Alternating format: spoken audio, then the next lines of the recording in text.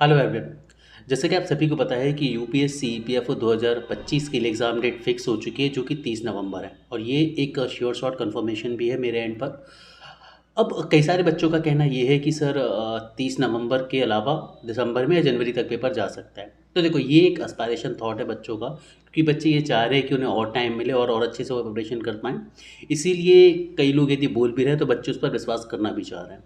बहरहाल जिनको ये लग रहा है कि 30 नवंबर को पेपर ना होकर पेपर दिसंबर या जनवरी में जा सकता है, उन सभी बच्चों से भी मेरी एक ही रिक्वेस्ट है कि यार अपनी जो प्रिपरेशन है, अपना जो तरीका है उसको 30 नंबर के हिसाब से तैयार करो। यानी कि अपनी जो आपकी प्रिपरेशन है उसको 30 नंबर के हिसाब से आप तैयार करो कि भाई 30 नंबर को पेपर है और मुझे उसी हिसाब से प्रिपेयर होना है। ठीक है, जिनको ये लग भी रहा है कि जनवरी में है, चलो एक सेकंड के लिए उनकी बात मैं मान भी लेता हूँ कि जनवरी में हो गया, चलो फिर भी मैं यही बोलूँगा 30 नवंबर के हिसाब से प्रिपरेशन करो कि आपको 30 नवंबर को पेपर देने जाना है। और यदि 30 नवंबर को पेपर है तो आप बिल्कुल रेडी टू पेपर रहो कि भाई पेपर आप दे पाओ।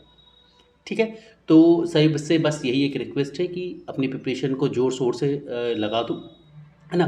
मैं पिछले एक साल से भी यही बोलता आ रहा हूँ कि यार नोटिफिकेशन एक दिन में आ सकता है लेकिन आपकी प्रिपरेशन एक दिन में नहीं हो सकती है। वही हुआ, मैंने बोला था 2025 में आप लोग पेपर दे रहे होंगे, आप लोग 2025 में पेपर दे रहे हैं। ठीक है, तो बस मैं यही कहना चाहता हूँ कि इस टाइम को वेस्ट मत करो ये सोचकर कि पेपर की डेट बढ़ेगी और उस हिसाब से प्रिपरेशन करो।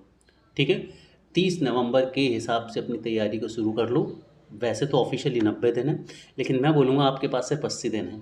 क्यों? क्योंकि बाकी के 10 दिन फेस्टिवल में, आने जाने में, बीमारी में, बहुत सारी चीज़ों में, अनएक्सपेक्टेड चीज़ों में ख़त्म हो जाएंगे। So have a great day. पढ़ते रहिए, आगे बढ़ते रहिए।